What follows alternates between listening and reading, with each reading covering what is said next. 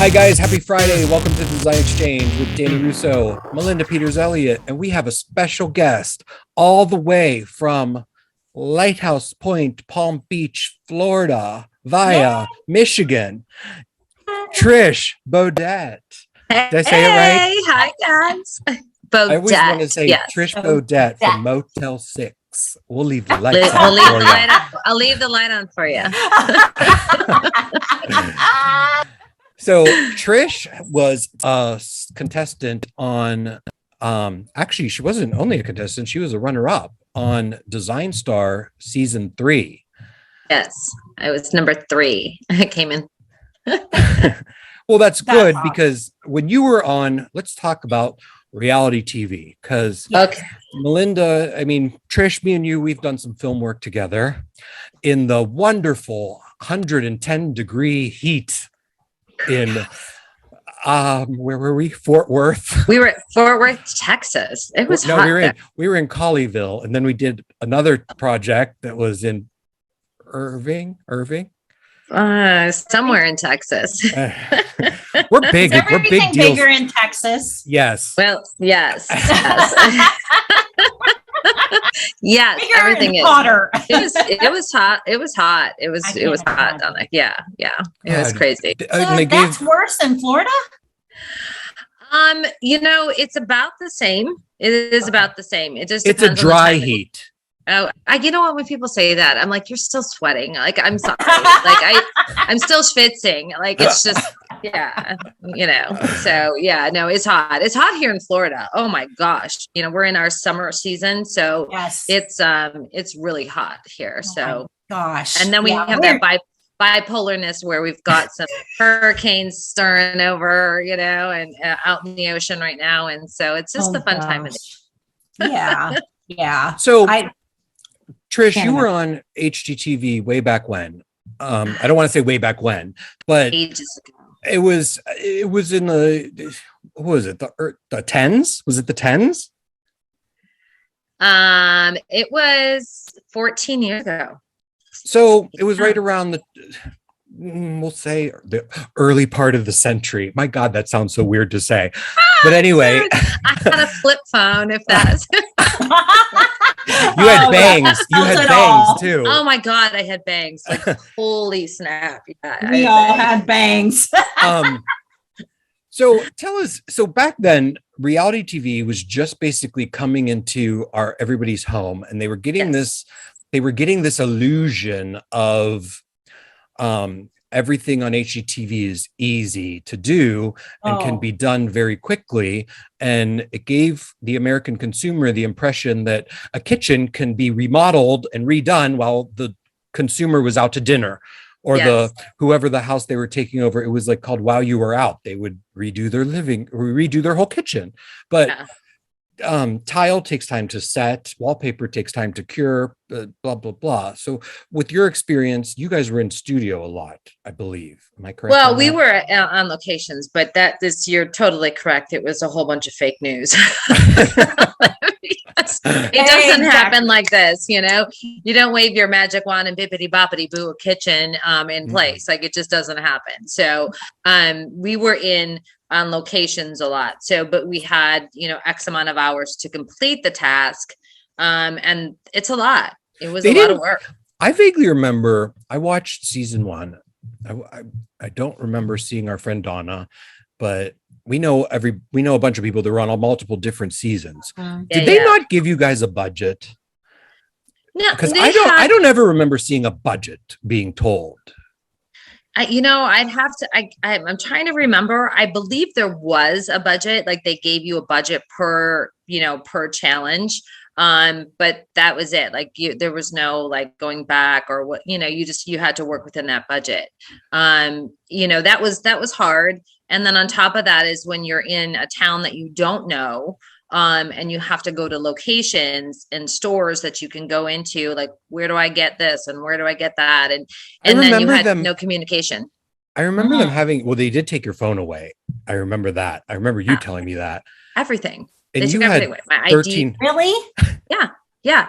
You Why? had no, like, everything. You wasn't had no ID, no credit cards, no phone, no nothing. Like, no Why? contact.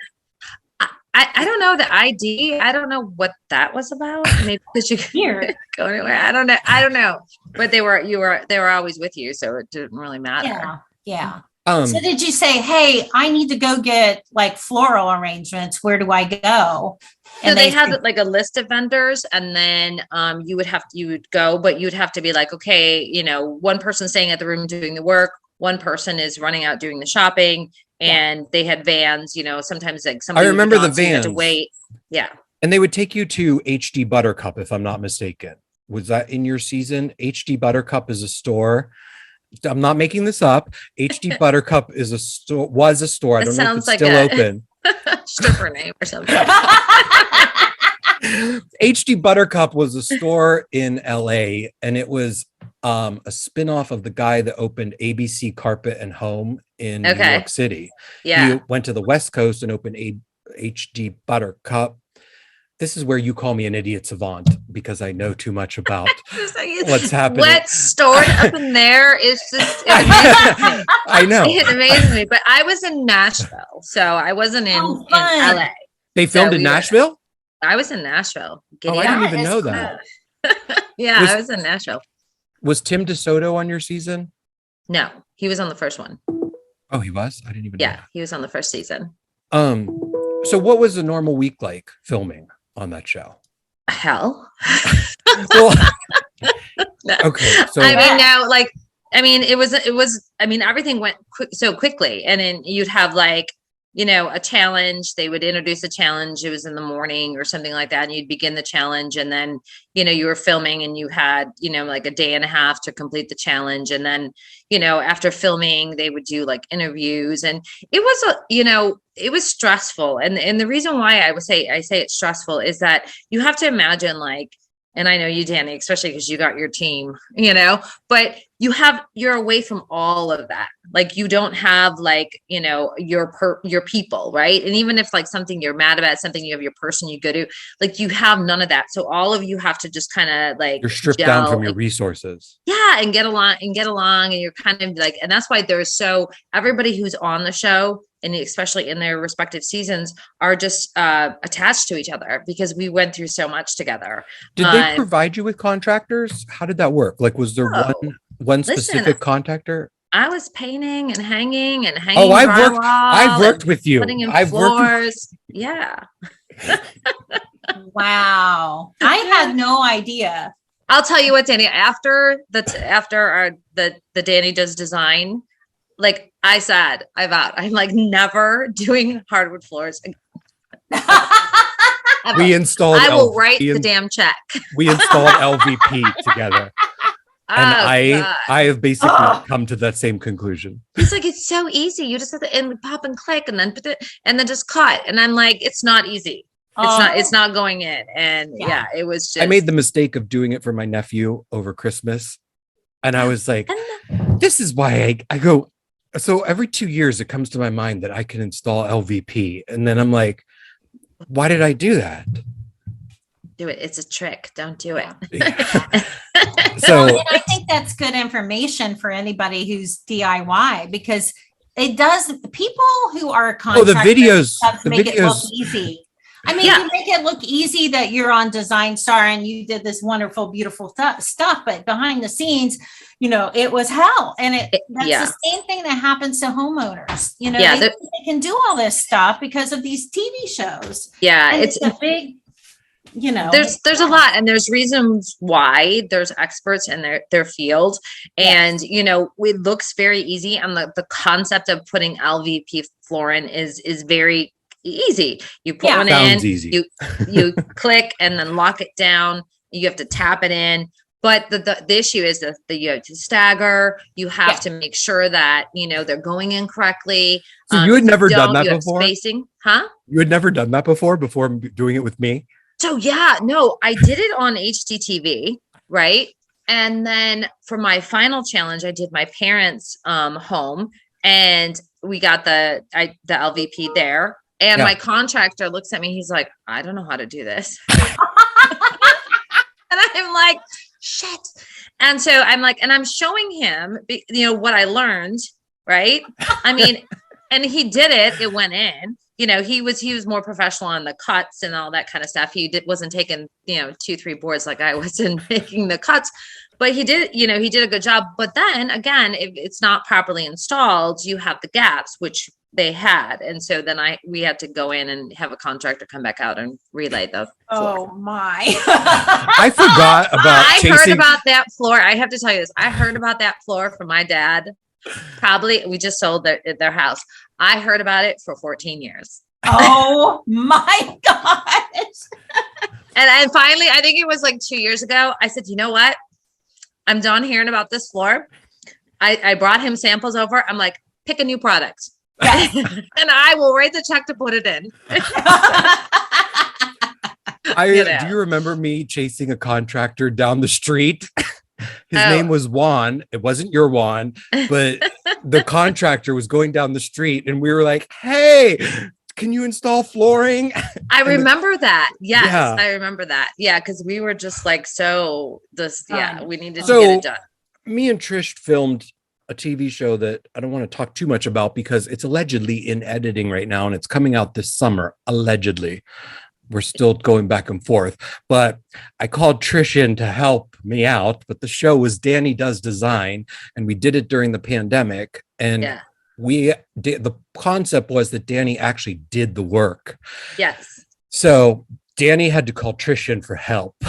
And I've never been with somebody who can install LVP flooring in 6-inch Louboutin high-heeled shoes.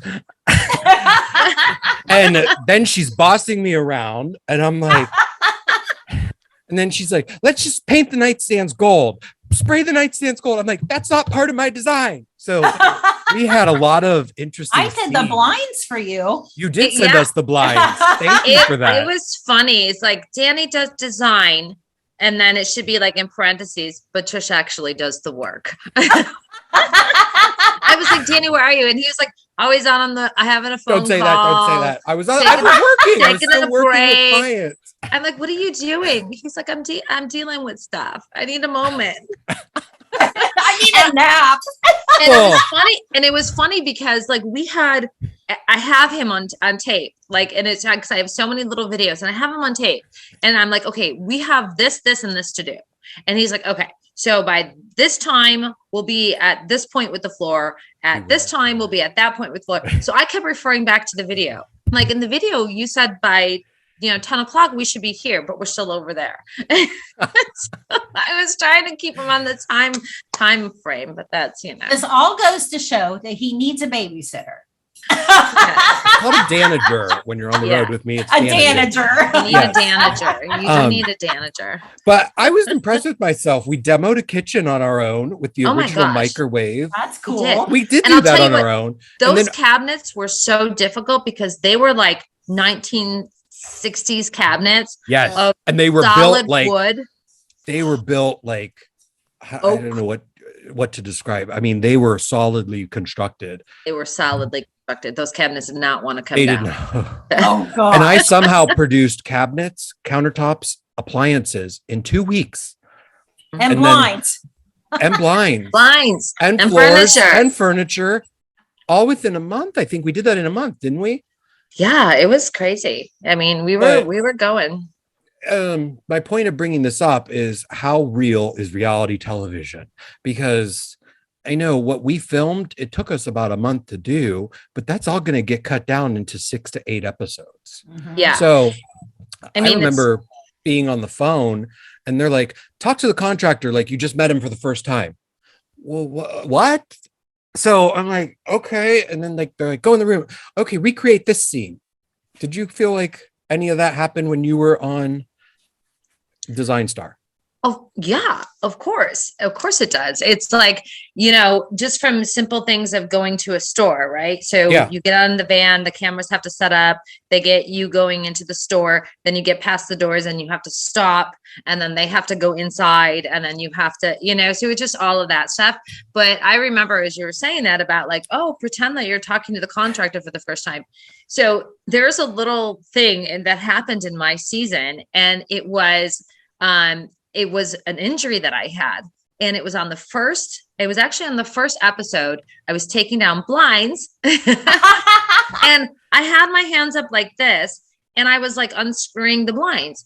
And I don't know what happened, but my ring finger, it just instantly blew up. Like I had like a blood vessel burst or something happened. Gosh. And I instantly went to the bathroom and I'm trying to get off my wedding ring at the time. And I'm running it under cold water and it wouldn't come off because it was so swollen. Now, fast forward to the 3rd or 4th episode. I kept telling them like, listen, I need a doctor to take a look at my ring. And I did. I said, I need a doctor. This was like in the evening. They had a doctor come out. She's like, yeah, you got to get this ring off your finger. She's like, it's, kind of stopping the circulation. She gave me a shot of a steroid. She's like, let them know tomorrow. If you can't get your ring off, then let's, we'll cut it off. She's like, I have a ring cutter. And I'm like, okay, no problem. Not that I wanted it cut off, but I'm like, I gotta, keep going. So, the next morning I told them that my friend Mikey and I were trying to get it off. It wasn't coming off.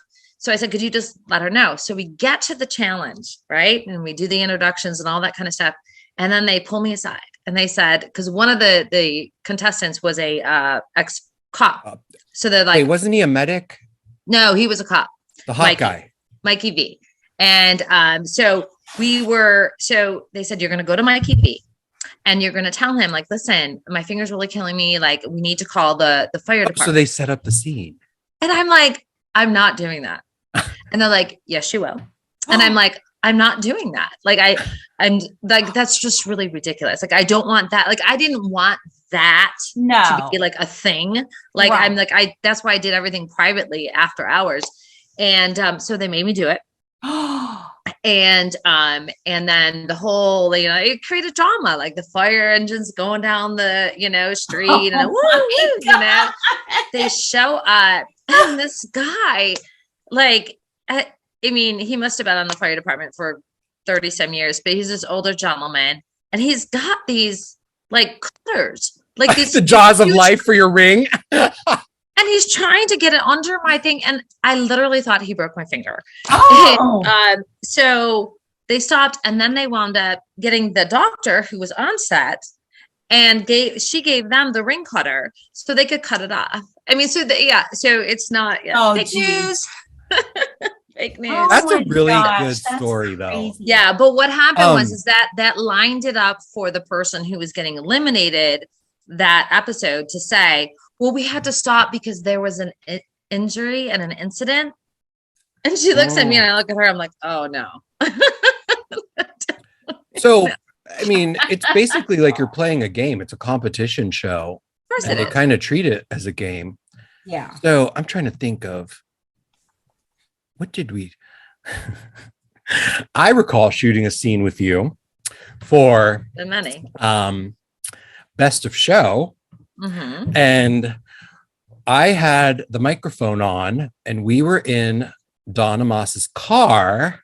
And I'm not going to say the actual words, but I can say we were doing one of those scenes where they were resetting the cameras and the microphone was on and the cameraman was in the parking lot and they were showing us we had to pull in, back out, pull in again, back out. And Trish is in the back seat yelling something. And I'm going, hot mic, hot mic. Yelling, and we look out the window and the cameraman's buckled over laughing so hard. Melinda, I'll have to tell you this after this episode what it was. But he was good looking. I mean, okay, so there's that. What was the name of that store that they sent us to? It was like a discount backyard furniture. Remember, it was like, I always want to call it Patio Town. I don't even know. It was like, I want to call it Patio Town. It was like something so generic. And we were like, there's nothing in here for us. Oh, God. No. Can we go to here? And they were like, no. I know. We were like, so when we did film, I don't know if they planned this or what, because we're still waiting. This is the mystery lost season of Best of Show. Yeah. Me and Trish's furniture didn't show up to the project. So we show up to install.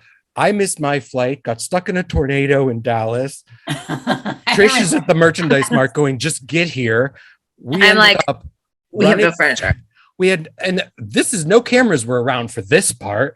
We showed up with no furniture, and we are taken to the back room of Uttermost, and they're like, take whatever you want. Yeah.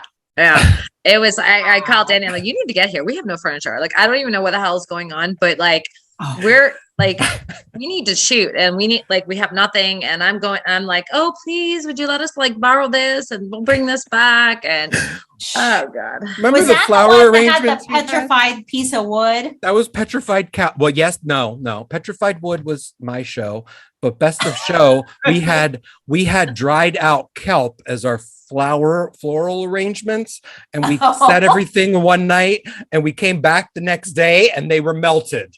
Oh no. Oh yeah. That was lovely. We found out just looked like we found out the kelp melts. And this is it's literally, I think it's 3 years ago to the day, because it just popped up on my Facebook the other day, and it was me and you almost got me to go into a dollar store. It was the first time. Well, it wasn't the first time. We went into a Home Goods. And then we went into a Michael's, and then Trish goes, let's go into the dollar store. And I'm like, I'm drawing the line at the dollar store. Well, you know why? Because like, I'm used to doing like challenges and, on a budget. And so I know where I can find good stuff. And I'll tell you what, I have a wonderful client. You're very good at the dollar store. I know. You're very good at they have a huge house in Boca, and I renovated their entire house, and I came to do the photography, and I wanted to stage a few things. And so I got place settings, just plain white dishes, at the dollar store. Yeah. And I set up the table, and they're like, these are really nice. Can we buy these from you? And I said, the dollar store. I said, $100 a piece. I mean, it was like, each place setting cost $3. I had a plate and a bowl. Like, yeah, take them. I said, here, thank you for letting me shoot in the house today. But you can find some good stuff there. Like, I'll do the dollar store for like the plates and like wine glasses when I have to stage things. We actually found fake ice cubes somewhere. I remember. Yeah, we found fake ice cubes because I have a plaque for you that I need to send you. I've had for like 3 years in this warehouse, and it has our room. But I'll send it to you. But no, you're coming down to visit me, so you can. Yeah, true. I could. No, but remember my American Express card got declined at at Home Goods. Because it was like, this is not usual for Danny Russo to be at Home Goods. Sounds like an inventing Anna thing, Danny. It was quite the show. It was fun. Like, but there were, how many of us were there? Times. There were 12 designers in that house. So when you have 12 designers doing anything at one time, it's the equivalent of herding cats. And that's so. I mean, Danny and I were kind of excluded from that because we were doing that out. Not that they put us outside. We were outside, so I mean, we had the 100-degree heat to contend with, but we were outside. No furniture. So all that commotion on the inside, we were just sitting out there by the pool. That's awesome. It was good. It was a good thing though. But those stores, like, I had so much fun. That was my first time on camera, and I was with you, so you broke my cherry, I guess. Thank you. Caught my cherry. I'll take that crown. Trish is a verbally abusive top, I learned from filming. Okay. She's thrown shit at me. I'm part of the Me Too movement. Listen, Johnny Depp doesn't have anything on me. Oh, Danny. Just don't throw anything and cut his finger off. I literally, no. It is so funny because it is like comical watching us two work, but it's funny because it's like, I have 3 children, so I know how to handle these. Me too, Trish. I'm like, look at what I got here. Come here. We'll finish this first, and then you can have some. Here's your wine. That's really what she did to me. She was. And I always say to him, like, do you want to go back into the hotel and we could just lounge by the pool and get some cocktails and just relax? He's like, yeah, sounds good. I said, let's finish this first. Yes. And then we were known. What was the name of that restaurant we stayed at? It was like hometown best sushi friendship restaurant. Remember that? I don't remember. Oh, like it was a sushi when restaurant. We were across from Six Flags. Something like that. Yeah. There were it was. Yeah, no. Oh, there was a belt, a Gucci belt. Danny likes his Gucci belts. I like belts. Yeah, no, but it was fun. We've had a lot of so crazy times together. Yeah, for sure. So Trish, Melinda, you wanted to be on a TV show. Yes. And I'm in limbo on TV shows, apparently. Trish, you're our veteran. What is your recommendation for somebody who's looking to, somebody that's a designer, that's younger, that possibly wants to get onto TV? What would you recommend that they do? Run. Don't do it. Honestly, that's what I would say at this point. Because it sucks your soul. The cameras do suck your soul. It's fun. Like, we had a ton of fun, and we made so many memories that we'll never forget. Production is fun. I think it's a hard thing to get into, right? I mean, there's a lot of disappointment. And I can say that in certain aspects when you're taping something and it doesn't come up, or you're taping something for a company and then they cancel, you know what I mean? So it's a consistent thing. If you're a designer and you want to make that transition into TV, what I would suggest is contacting your local stations and doing little pieces here and there, so you can get used to camera and studio and mics, and because there's a whole different world that nobody knows about. I mean, you've got mic up your butt, and so around the back. I have one going up mine right now. The sound guys are up in there. Melinda's going to leave us. She's got to go to an appointment. Melinda, thank you for coming on. Me and Trish are going to keep talking. Trish. Love you too. Leave the close your Zoom. Close your Zoom, and it's just me and Trish. But yeah, I think that's the thing. Get started at, with, your local stations. Find local things that you can do. Tape some things on yourself if have a friend who's good at doing the videos and sound, and maybe it's a project that you have and you tape it. So I did a series after I did Design Star. I did a series in my hometown. It was a 10,000 square foot renovation in Michigan. In Michigan. And one of my girlfriends from high school, she was one of the editors or managers at the local TV station. So I approached her. I said, hey, would you want to do this as a show? And she's like, absolutely. So what we would do is, it took probably 9 months, the whole house renovation. But anytime like something significant was happening, we would call the camera guys out and then they would come. And so then once it was all completed, then they took all the footage and then edited it and released it in different series and shows. That's really good recommendation. Yeah. And then I had to, my partner and I had to go in and do voiceovers and that kind of stuff, and just kind of set the hi, this is the second episode of, and do that in studio stuff. But it was great. It was a fun experience. So I would recommend doing something like that. And you reached out to them, right? I reached out to them. Yeah. Cause I thought it was a great project to put out there as far as yeah. So, and it gave me a lot of experience learning how the process works, how the editing process works, and all that in studio and things like that. So yeah, it was a good experience. And then that just led to other things along the way. Yeah. I did a bunch of in studio things with our regional local stations, and that snowballed into where we are today, which I don't even know where that may be. Yeah. But yeah, I think that gives because you have to understand if you're comfortable on camera, you have to have a personality. Yeah. You have to be comfortable on camera. Yeah. And back to your thing about miking up. I have my microphone running. I have a microphone in front of me right now, but my ears are coming up my shirt and out of my sleeve. Right. But when you're wearing a mic pack all day long, there was one of our designer friends, Orlando Sorio just did a piece on it, that you have to be on, and it's not just on, you have to figure out your travel time. And we were filming in Dallas. So we had, both of us, we had to travel, we had to coordinate, and we had some, it was fun, but not for the faint of heart. There's a lot that goes into it. And I think that you have to know if you're comfortable on camera. You have to know if you're comfortable, doing the recording settings. They're long days, as you know. I mean, when we were shooting Best of Show, I mean, we had a couple takes, 2-3 takes or whatever in the showrooms. And it just, they're long days. It's fun, but it's also exhausting.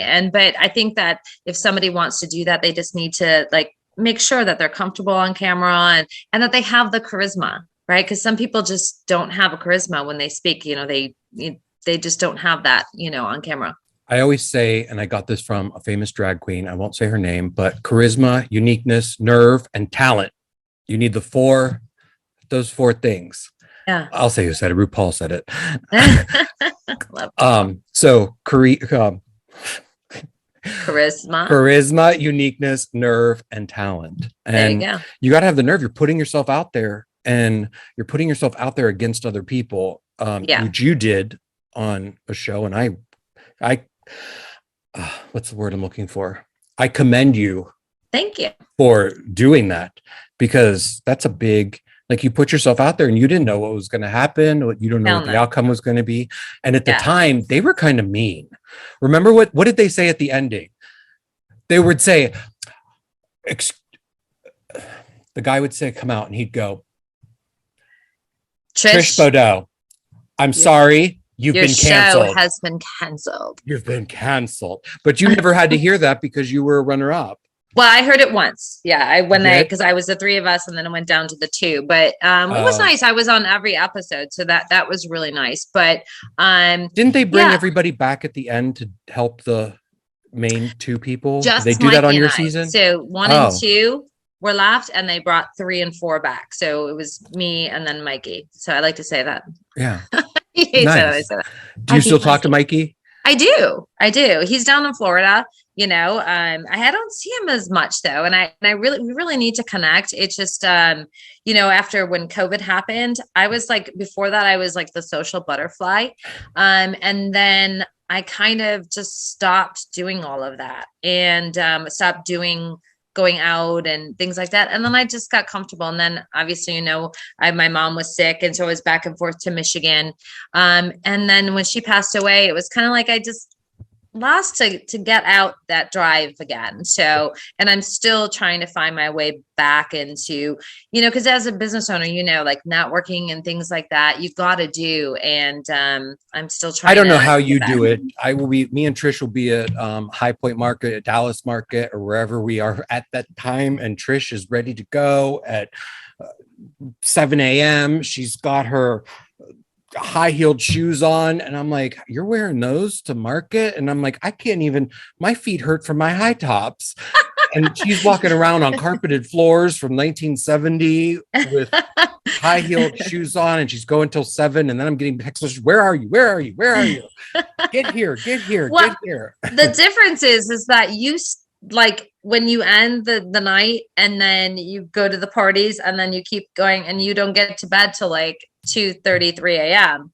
I've already got a couple hours in on you. So, and even though I've got I've been good years on you. I've been good lately going to bed at markets, because I'm not as young as I used to be. But I mean, it's hard because we have our market friends, and we have our real friends, and it's we all meet we all mesh together somehow. We're all family, where everybody's nice to each other.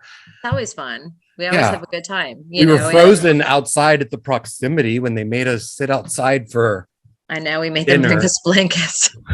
We're freezing. How did that happen? Rachel had half my sweater on. I had your something on, a scarf or something. I don't even know. It was cold out there. It was cold. But now, are you going to October Market?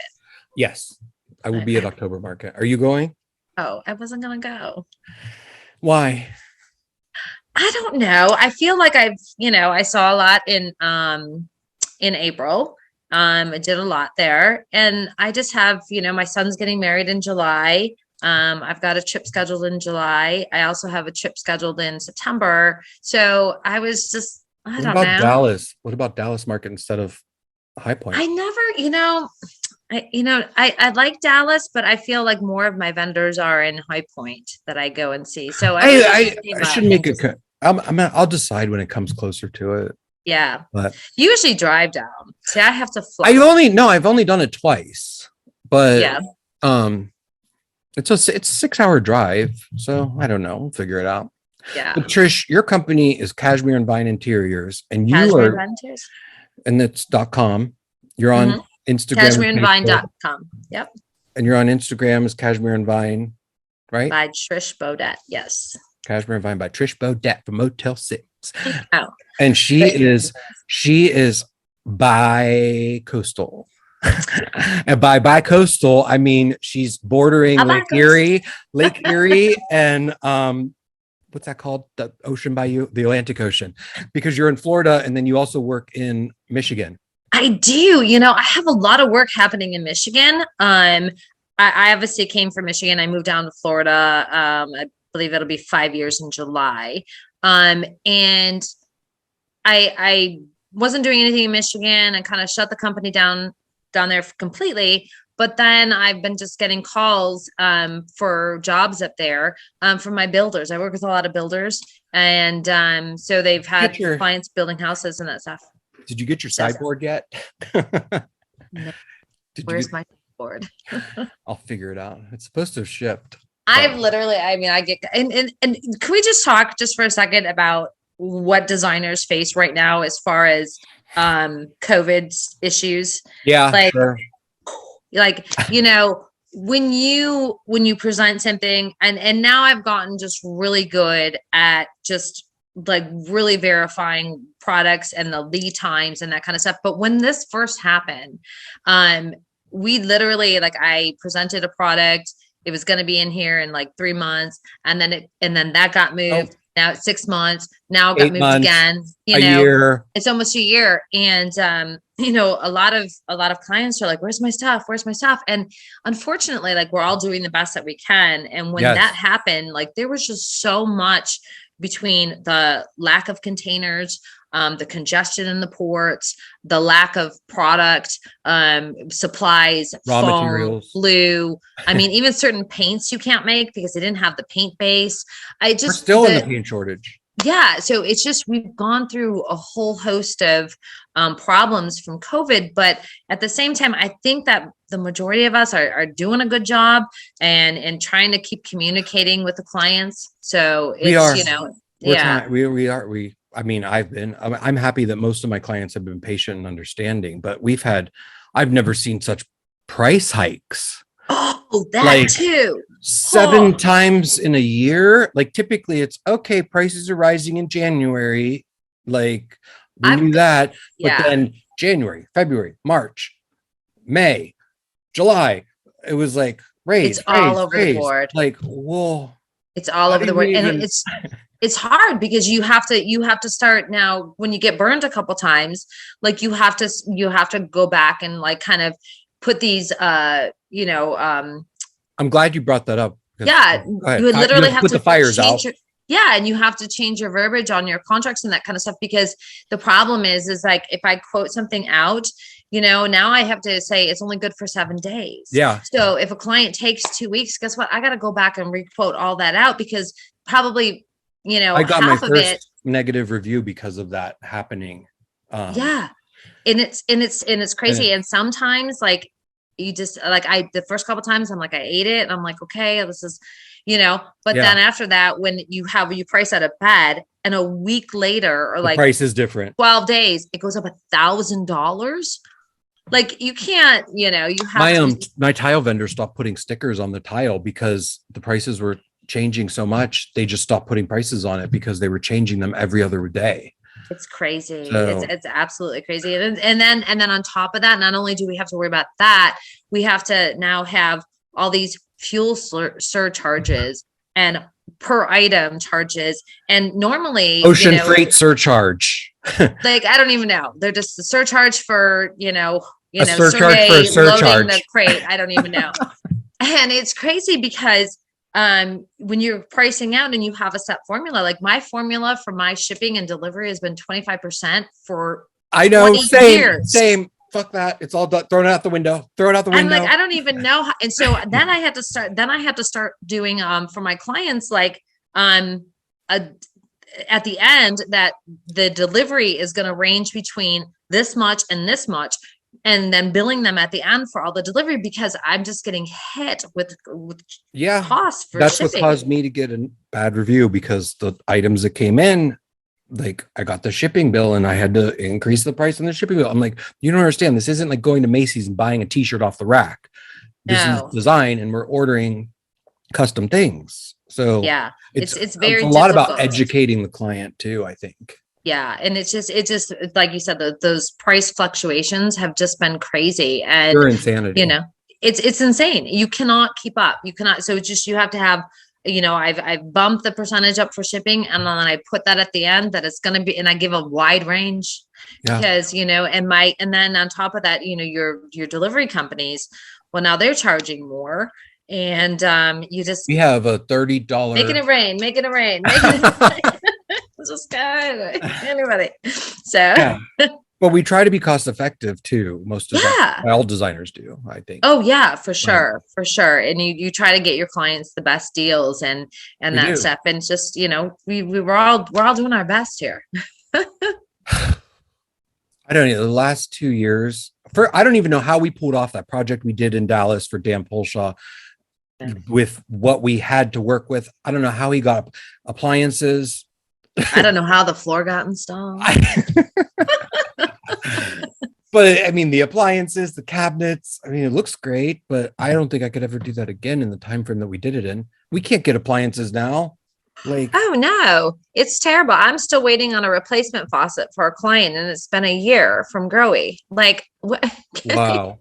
And they already have one already installed. So, you know, it's crazy. You weren't at Cabus with me. I was not. Where did I go? I was on vacation. You were somewhere. It was in Orlando, but you were somewhere. Were you on the ski trip? I don't know. Anyway, no. I think I was. I think I went to for my birthday. I went to Park City, Utah. Yeah. But Delta Faucets didn't even bother opening a booth. Toto didn't bother opening a booth because they can't produce those customized finishes. So they're only producing the most common finishes that everybody's asking for. Mm-hmm. And they're not producing anything special. So they didn't even bother showing at Cabus. Yeah. Interesting. When I tell my clients now, I just met with a client or a potential client who's in renovation. And they're like, oh, we're not moving into next year. I'm like, but you need to now. Now. Order now. I love when people tell me, oh, we're going to order patio furniture in the summer when it warms up. And I go, oh, you are. Where? Probably, next fall. Exactly. If you ordered now, you'd probably be getting patio furniture next fall, unless it's coming from Costco. I know it's hard. It's been a hard one, but I have to give props to certain manufacturers who have created wonderful in-stock categories on their websites. Yes. And they're constantly updating that. And I love that, because when I'm looking at a project and I know I have to get this in, I know what things to choose from.